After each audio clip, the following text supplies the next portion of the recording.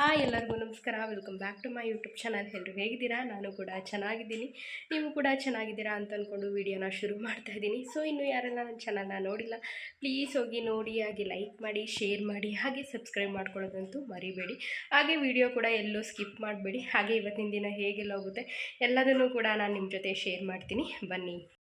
ತಿಂಡಿಗೆ ಅಂತ ಇವತ್ತು ಪಲಾವ್ನ ಮಾಡ್ತಾಯಿದ್ದೆ. ನಿಮಗೆ ಆಲ್ರೆಡಿ ನಾನು ಪಲಾವ್ ಮಾಡೋ ರೆಸಿಪಿನ ಶೇರ್ ಮಾಡಿದ್ದೀನಿ, ನೀವು ಹೋಗಿ ಚೆಕ್ ಮಾಡ್ಕೊಬೋದು. ಸಿಂಪಲ್ಲಾಗಿ ಪಲಾವ್ನ ಮಾಡ್ತಾಯಿದ್ದೆ, ವೆಜಿಟೇಬಲ್ ಪಲಾವು ಅಂತಂದರೆ ಸ್ಪೆಷಲಾಗಿ ಏನು ಮಸಾಲೆ ಎಲ್ಲ ರುಬ್ಕೊಂಡು ಮಾಡ್ತಿಲ್ಲ, ಹಾಗೇ ಮಾಡ್ತಾ ಇರೋದು. ಜಾಸ್ತಿ ಮಸಾಲೆ ಎಲ್ಲ ರುಬ್ಬಿದ್ರೆ ನಮ್ಮ ಮನೇಲಿ ಇಷ್ಟ ಆಗಲ್ಲ ಯಾರಿಗೂ. ಹಾಗೆ ಸ್ಪೈಸಸ್ಸು ಕೂಡ ಅಷ್ಟೇ, ಎಲ್ಲ ಕಮ್ಮಿನೇ ಹಾಕಬೇಕು. ಅಪ್ಪಾಜಿ ಅಮ್ಮ ಎಲ್ಲ ಜಾಸ್ತಿ ಸ್ಪೈಸಸ್ ಹಾಕಿದ್ರೆ ಇಷ್ಟಪಡಲ್ಲ, ಹಾಗೆ ನನಗೂ ಕೂಡ ಅಷ್ಟೊಂದು ಇಷ್ಟ ಆಗಲ್ಲ. ಹಾಗಾಗಿ ಸುಮ್ಮನೆ ಖಾಲಿ ಪಲಾವ್ ಥರ ಮಾಡ್ಕೊಳ್ತೀನಿ ಅಷ್ಟೇ. ಜಸ್ಟ್ ಒಗ್ಗರಣೆ ಹಾಕ್ಬಿಟ್ಟು ಸ್ವಲ್ಪ ಸ್ಪೈಸಸ್, ಒಂದೊಂದು ಚಕ್ಕೆ ಒಂದು, ಲವಂಗ ಒಂದು, ಏಲಕ್ಕಿ ಒಂದು, ಹಾಗೆಯೇ ಪಲಾವ್ ಎಲೆ ಒಂದೊಂದೇ ಹಾಕ್ಬಿಟ್ಟು ಸ್ಟಾರ್ ಒಂದು ಎಲ್ಲ ಹಾಕ್ಬಿಟ್ಟು, ಹಾಗೆ ವೆಜಿಟೇಬಲ್ ಎಲ್ಲ ಹಾಕಿ ಮಿಕ್ಸ್ ಮಾಡಿ ಪಲಾವ್ ಮಾಡ್ಕೊಳ್ತೀನಿ. ಟೇಸ್ಟ್ ಮಾತ್ರ ತುಂಬ ಚೆನ್ನಾಗಿರುತ್ತೆ. ಅತಿಯಾಗಿ ಮಸಾಲೆ ಹಾಕಿ ಮಾಡಿದ್ರೆ ಅದು ಪಲಾವ್ ಟೇಸ್ಟೇ ಹೊಂಟೋಗ್ಬಿಡುತ್ತೆ. ಹಾಗಾಗಿ ನಾನು ಹಾಗೇ ಮಾಡ್ತೀನಿ, ಚೆನ್ನಾಗಿರುತ್ತೆ. ಅದಕ್ಕೆ ಸ್ವಲ್ಪ ಕ್ಯಾಪ್ಸಿಕಮ್ನ ಸಣ್ಣದಾಗಿ ಹೆಚ್ಚಿಬಿಟ್ಟು ಲಾಸ್ಟಲ್ಲಿ ಎಲ್ಲ ಆದಮೇಲೆ ಹಾಕಿ ಮಿಕ್ಸ್ ಮಾಡ್ಕೊಳ್ತೀನಿ. ಅದಕ್ಕೆ ಒಂದು ಸ್ಪೂನ್ ತುಪ್ಪನೂ ಕೂಡ ಹಾಕಿ ಮಿಕ್ಸ್ ಮಾಡಿದ್ರೆ ಒಳ್ಳೆ ಟೇಸ್ಟಾಗಿರುತ್ತೆ ಪಲಾವ್. ತಿಂದೇ ಇದ್ದವರು ಕೂಡ ಇಷ್ಟಪಟ್ಟು ತಿಂತಾರೆ, ಹಾಗಿರುತ್ತೆ ಈ ಪಲಾವ್. ಸೊ ನೋಡೋಣ, ಒಂದ್ಸಲ ಎಲ್ಲ ಈ ಥರನೂ ಮಾಡಿ ಟ್ರೈ ಮಾಡಿ. ತಿಂಡಿ ಎಲ್ಲ ಮುಗಿಸಿ ಮತ್ತೆ ನಾನು ಟಿಫನ್ನ ಮಾಡ್ತಾಯಿದ್ದೆ. ಅಂದರೆ ಕೆಲ್ಸಕ್ಕೆ ಬಂದಿದ್ದಾರೆ, ಹಾಗಾಗಿ ಅವರಿಗೆ ಸ್ವಲ್ಪ ಚಿತ್ರಾನ್ನ ಅಥವಾ ಹುಳಿಯನ್ನ ಏನಾದರೂ ಮಾಡಿಕೊಡೋಣ ಅಂತ ಟಿಫನ್ನ ಮಾಡ್ತಾಯಿದ್ದೆ. ಅಂದರೆ ಎದುಗ್ ಮಾಡಬೇಕಲ್ಲ, ಬೇಗ ಸ್ಕೂಲಿಗೆ ಹೋಗ್ತಾನಲ್ಲ, ಹಾಗಾಗಿ ನಾನು ಪಲಾವ್ನ ಮಾಡಿದ್ದೆ. ಜಾಸ್ತಿ ಕ್ವಾಂಟಿಟಿಲಿ ಪಲಾವ್ನ ಮಾಡೋಕ್ಕೋದ್ರೆ ಚೆನ್ನಾಗಲ್ಲ, ಮೆತ್ತಗಾಗೋಗ್ಬಿಡುತ್ತೆ. ಹಾಗಾಗಿ ಸಪ್ರೇಟ್ ಅವನಿಗೆ ಸ್ವಲ್ಪ ಮಾಡಿ, ಹಾಗೆ ಕೆಲ್ಸಕ್ಕೆ ಬಂದಿದ್ರಲ್ಲ ಅವ್ರಿಗೆ ಸ್ವಲ್ಪ ಚಿತ್ರಾನ್ನ ಅಥವಾ ಹುಳಿಯನ್ನ ಏನಾದರೂ ಮಾಡಿಕೊಡೋಣ ಅಂತ ರೈಸಿಗೆ ಇಡ್ತಾಯಿದ್ದೆ. ಬೆಳಿಗ್ಗೆ ಹೇಗಾಗೋಗ್ಬಿಟ್ಟಿದೆ ನನ್ನ ಕೆಲಸ ಅಂದರೆ, ಅಡುಗೆ ಮನೆಯಿಂದ ಆಚೆಗೆ ಬರೋಕ್ಕೆ ಟೈಮ್ ಸಿಗ್ತಿಲ್ಲ, ಹಂಗಾಗಿ ಹೋಗ್ಬಿಟ್ಟಿದೆ. ತಿಂಡಿ ಆದಮೇಲೆ ಅಡುಗೆ, ಮತ್ತು ಅಡುಗೆ ಆದಮೇಲೆ ಕಾಫಿ ಟೀ, ಮತ್ತು ಸಂಜೆ ಅಡುಗೆ, ಹೀಗೆ ಆಗೋಗ್ಬಿಟ್ಟಿದೆ ಒಂದು ವಾರ 15 ದಿನದಿಂದ. ಹೊಲದಲ್ಲಿ ಕೆಲಸಕ್ಕೆ ಜನ ಕರ್ಕೊಂತಿದ್ದಾರಲ್ಲ, ಹಂಗಾಗಿ ಫ್ರೀ ಇಲ್ಲ. ಒಂದು 15-20 ದಿನ ಹಿಂಗೆ ಇರುತ್ತೆ ನನ್ನ ರೂಟೀನು, ಏನೂ ಮಾಡೋಂಗಿಲ್ಲ. ಹಾಗೆ ಮತ್ತು ಎದುಗೆ ಸ್ವಲ್ಪ ಕಡಲೆ ಬೀಜನ ನೆನೆಹಾಕಿದ್ದೆ, ಹಾಗೆ ಕಾಬೂಲ್ ಕಡಲೆನೂ ನಾನು ನೆನೆಹಾಕಿದ್ದೆ. ಅದನ್ನಾದರೂ ಸ್ವಲ್ಪ ತಿನ್ಕೊಂಬರಲಿ ಅಂತ, ಏನೂ ತಿನ್ಕೊಂಬರಲ್ಲ, ಬಟ್ ಹಾಕೋದಷ್ಟೇ. 2 ಕಾಳಾದ್ರು ತಿಂದು ಹೊಟ್ಟೆ ತುಂಬಿಸ್ಕೊಳ್ಳಿ ಅಂತ ಹಾಕ್ತೀನಿ. ಜೊತೆಗೆ ಹೆಸ್ರು ಕಾಳನ್ನು ಕೂಡ ನಾನು ನೆನೆಸಿದ್ದೆ. ಅದಕ್ಕೆ ಸ್ವಲ್ಪ ಉಪ್ಪನ್ನು ಹಾಕಿ ಮಿಕ್ಸ್ ಮಾಡಿ ಅವನಿಗೆ ಇಟ್ಟೆ. ಹಾಗೆ ಇವತ್ತು ಒಂದು ಆ್ಯಪಲ್ಲು, ಒಂದು ಅರ್ಧ ಪೀಸ್ ಆ್ಯಪಲ್ಲು, ಹಾಗೆ ಒಂದು ಬಾಳೆಹಣ್ಣು, ಹಾಗೆ ಸ್ವಲ್ಪ ಪಲಾವ್ನ ಇಟ್ಟಿದ್ದೀನಿ. ಏನೂ ತಿನ್ಕೊಂಡು ಬರಲ್ಲ, ಸುಮ್ಮನೆ ಪ್ರೀತಿಗೆ ಇಡೋದಷ್ಟೇ. ಏನು ಮನೇಲಿ ತಿನ್ನೋದೇ ಕಷ್ಟ, ಇನ್ನು ಹೊರಗಡೆ ತಿಂತಾರ ಒಂದು ಸ್ವಲ್ಪ ದಿನ ಅಡ್ಜಸ್ಟ್ ಆಗೋವರೆಗೂ. ಎಲ್ಲದರಲ್ಲೂ ಒಂದು ಗುಕ್ಕು ಅಂತಂದರೆ ಹೊಟ್ಟೆ ತುಂಬುತ್ತೆ ಅನ್ನೋದಕ್ಕೋಸ್ಕರ ಸ್ವಲ್ಪ ಸ್ನ್ಯಾಕ್ಸ್ನ ಜಾಸ್ತಿಯಾಗಿ ತುಂಬ್ತೀನಿ. ಕಾಳು ಸ್ವಲ್ಪ ತಿಂತಾನೆ, ಹೆಸ್ರು ಕಾಳು, ಕಡಲೆ ಬೀಜ ಈ ಥರದ್ದು ಸ್ವಲ್ಪ ತಿಂತಾನೆ. ಅದು ಬಿಟ್ಟರೆ ಟಿಫನ್ ಏನು ಖಾಲಿ ಮಾಡ್ಕೊಂಬಂದಿರಲ್ಲ, ಬಾಕ್ಸಲ್ಲಿ ಹಂಗೇ ಇರುತ್ತೆ. ಮಕ್ಕಳೇ ಹಾಗೆ, ಏನೂ ಮಾಡೋಕ್ಕಾಗಲ್ಲ. ಸ್ವಲ್ಪ ಅವರಿಗೆ ಬುದ್ಧಿ ಬರೋವರೆಗೂ ಊಟ ತಿಂಡಿ ಬಗ್ಗೆ ಗಮನ ಇರಲ್ಲ, ಹಿಂಸೆ ಮಾಡಿ ತಿನ್ನಿಸ್ಬೇಕು, ಹಾಗಾಗಿ ಕೊಟ್ಟು ಕಳಿಸ್ಬೇಕು. ಅದನ್ನೆಲ್ಲ ವಾಪಸ್ ರಿಟರ್ನ್ ಹಂಗೇ ತರ್ತಾನೆ ಬಾಕ್ಸಲ್ಲಿ. ಎಲ್ಲರ ಮನೆ ಮಕ್ಳುಗಳು ಹಾಗೇನ ಕಮೆಂಟ್ ಮಾಡಿ ಹೇಳಿ.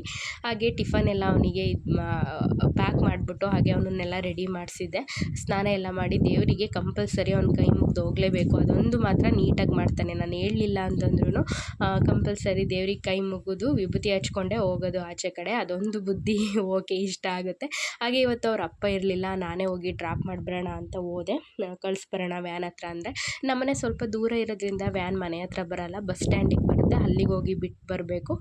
ಅಮ್ಮ ಇರ್ತಾರೆ ಅಂಗಡಿ ಹತ್ರ, ಅಲ್ಲಿಗೆ ಬಿಟ್ಟು ಬಂದರೆ ಬಸ್ನ ಹತ್ತಿಸ್ತಾರೆ, ತೊಂದರೆ ಏನಿಲ್ಲ. ಹಾಗಾಗಿ ಸೋನೆ ಕೂಡ ಬರ್ತಾಯಿತ್ತು. ಸ್ವೆಟರ್ ಹಾಕೋ, ಟೋಪಿ ಹಾಕ ಅಂತಂದರೆ ಹಾಕೋಣಲ್ಲ, ಶಕೆ ಅಂತಾನೆ. ಆಯಿತು ಸರಿ, ಹಂಗೇ ಹೋಗಪ್ಪ ಅಂತ ಹೇಳಿ ಅವನನ್ನು ಕಳಿಸೆಲ್ಲ ಬಂದು ಇದನ್ನೆಲ್ಲ ಸ್ಕೂಲಿಗೆ ಕಳಿಸಿದ್ದಾಯಿತು. ಇವಾಗ ಕೆಲಸಕ್ಕೆ ಜನ ಬಂದಿದ್ದಾರೆ, ಹಾಗಾಗಿ ಅವರಿಗೆ ಟಿಫನ್ ಮಾಡಬೇಕು. ಅವನಿಗೆ ಪಲಾವ್ ಮಾಡಿಕೊಟ್ಟು ಕಳಿಸ್ದೆ, ಇವರಿಗೆ ಸ್ವಲ್ಪ ಚಿತ್ರಾನ್ನ ಮಾಡಿಕೊಡೋಣ ಅಂತ ಎಲ್ಲ ಹೆಚ್ಚಿಟ್ಕೊಂಡಿದ್ದೀನಿ. ಇವಾಗೆಲ್ಲ ಮಾಡ್ತಾಯಿದ್ದೀನಿ. 2 ಕೆಲಸ ಮಾಡೋ ಅಷ್ಟರಲ್ಲಿ ಡಬಲ್ ತಿಂಡಿ, ಡಬಲ್ ಕೆಲಸ ಸಾಕಾಗೋಗ್ಬಿಡುತ್ತೆ. ಅರ್ಜೆಂಟಿಗೆ ಅವನಿಗೆ ಸ್ವಲ್ಪ ಬೇಗ ಬಸ್ ಬರುತ್ತಲ್ಲ, ಹಾಗಾಗಿ ಬೇಗ ಮಾಡಿಕೊಟ್ಟಿದ್ದೀನಿ. ಹುಳಿಯನ್ನು ಮಾಡೋಣ ಅಂತ ಸ್ವಲ್ಪ ಕಡಲೆ ಬೀಜನೆಲ್ಲ ಫ್ರೈ ಮಾಡ್ಕೊಳ್ತಾ ಇದ್ದೀನಿ. ಅಂತಂದರೆ ಹಾಗೇ ಹಾಕ್ಬಿಟ್ರೆ ಕಡಲೆ ಬೀಜ ತಿನ್ನೋಕ್ಕಾಗಲ್ಲ, ಸ್ವಲ್ಪ ಮೆತ್ತಗೆ ಹಂಗೆ ಆಗಿಬಿಡುತ್ತೆ.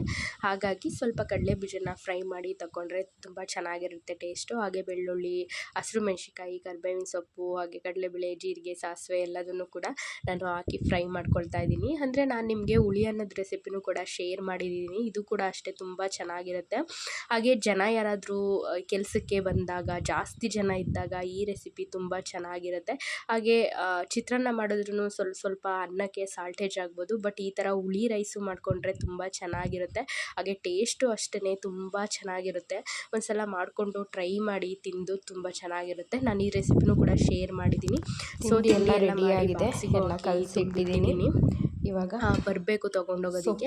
ಹಾಗೆ ಮಧ್ಯಾಹ್ನಕ್ಕೆ ರೆಡಿ ಮಾಡಿ ಹೊಲದ ಸೊಪ್ಪನ್ನ ನೀಟಾಗಿ ತೊಳೆದು ಇಟ್ಕೊಂಡಿದ್ದೀನಿ. ನಮ್ಮ ಕಡೆ ಇವಾಗೆಲ್ಲ ಮಳೆ ಬಂದಿದೆಯಲ್ಲ, ಹೊಲದಲ್ಲಿ ಚೆನ್ನಾಗಿ ಸೊಪ್ಪು ಸಿಗುತ್ತೆ. ಹಳ್ಳಿ ಕಡೆಯವರಾದರೆ ಅರ್ಥ ಆಗೋಗ್ಬಿಡುತ್ತೆ ಹೊಲದ ಸೊಪ್ಪು. 4 ಜನ ಅಷ್ಟೇ. ಹಂಗಾಗಿ ಹೊಲದ ಸೊಪ್ಪನ್ನ ಕುಯ್ಕೊಬಂದಿಟ್ಟಿದ್ದೆ. ಅದನ್ನ ಕೂಡ ಎಲ್ಲ ವಾಶ್ ಮಾಡಿ ಸಾಂಬಾರು ಮಾಡಿಬಿಡೋಣ ಅಂತ ಎತ್ತಿಟ್ಟಿದ್ದೆ. ಅಷ್ಟರಲ್ಲಿ ಪೂಜೆ ಕೆಲಸನೂ ಮುಗಿಸ್ಕೊಬಿಡೋಣ. ಮನೇಲಿ ಪೂಜೆ ಒಂದಾಯಿತು ಅಂದರೆ ಎಲ್ಲ ಕೆಲಸನೂ ಆದಂಗೆ. ಹಾಗಾಗಿ ಪೂಜೆನೂ ಕೂಡ ಬೇಗ ನಾನು ಮುಗಿಸ್ಕೊಂಡ್ಬಿಡ್ತೀನಿ.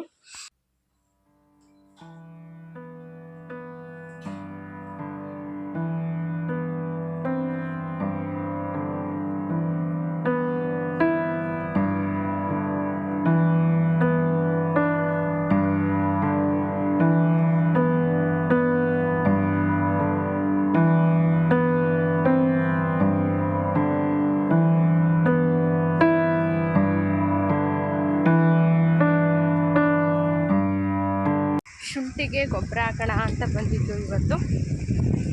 ಇದೇ ಫಸ್ಟ್ನೇ ಗೊಬ್ಬರ ಹಾಕ್ತಾ ಇರೋದು. ನೆಕ್ಸ್ಟು ಡ್ರಂಚಿಂಗ್ ಮಾಡಬೇಕು. ಪರವಾಗಿಲ್ಲ, ಈ ಸಲ ಚೆನ್ನಾಗಿ ಬಂದಿದೆ ಶುಂಠಿ. ಇದು ಈ ತೋಟಕ್ಕೆ ಹಾಕ್ತಾ ಇರೋದು 2ನೇ ಸಲ. ಫಸ್ಟ್ ಒಂದು ಸಲ ಹಾಕಿದ್ವಿ, ಅದು ಚೆನ್ನಾಗಿ ಬಂದಿತ್ತು. ಇವಾಗ 2ನೇ ಸಲ ಹಾಕ್ತಾ ಇರೋದು. ಹಾಗಾಗಿ ಸ್ವಲ್ಪ ಗೊಬ್ಬರ ಹಾಕ್ಕೊಂಡು ಹೋಗ್ಬಿಡೋಣ ಅಂತ ನಾನು ಅಪ್ಪಾಜಿ ಬಂದಿದ್ದು. ಗೊಬ್ಬರ ಇಲ್ಲೇ ಇಟ್ಟಿದ್ದು, ತಗೊಂಡೋಗೋಣ ಅಂತ ಬಂದೆ. ಇಷ್ಟಕ್ಕೆಲ್ಲ ಲೇಬರ್ ಎಲ್ಲ ಕರ್ಕೊಳ್ಳೋಕೆ ಹೋಗಲ್ಲ, ನಾವೇ ಹಾಕ್ಕೊಬಿಡ್ತೀವಿ. ಹೋಸಲೂ ಅಷ್ಟೇ, ಗೊಬ್ಬರ ಹಾಕೋದಕ್ಕೆ ಎಲ್ಲ ಏನು ಲೇಬರ್ ಎಲ್ಲ ಕರ್ಕೊಂಡಿರಲಿಲ್ಲ, ನಾವೇ ಹಾಕಿದ್ದು. ಆದರೆ ಏನು ಮಾಡೋದು, ಅಷ್ಟು ರೇಟ್ ಸಿಗಲಿಲ್ಲ. ಪರವಾಗಿಲ್ಲ, ಹೋಸಲ ಅದರಲ್ಲಿ 1/4% ಖರ್ಚು ಮಾಡಿದ್ದು ಬಂತು ಅಷ್ಟೇ, ಇನ್ನು 3/4% ಬರಲಿಲ್ಲ.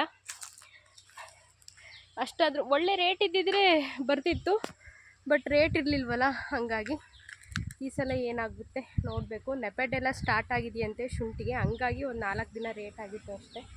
ಆಮೇಲೆ ರೇಟ್ ಏನಾಗಲಿಲ್ಲ. ಒಟ್ಟು ನಾವು ಹೆಂಗೋ ಗೆಟನಾದ್ವಿ.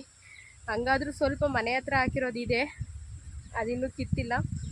ನೋಡಬೇಕು, ಅದರ ರೇಟೆಲ್ಲ ಏನು ನಮ್ಗೆ ನಚ್ಕೊಳಂಗಿಲ್ಲ. ಬಟ್ ಈ ಸಲ ಈಗ ಹಾಕಿರೋದ್ರಲ್ಲಿ ಏನಾಗುತ್ತೆ ನೋಡಬೇಕು. ಈಗ ಸದ್ಯಕ್ಕೆ ಗೊಬ್ಬರ ಹಾಕಬೇಕು, ಇಲ್ಲಾಂದರೆ ನಮ್ಮ ಅಪ್ಪಾಜಿ ಬೈತಾರೆ.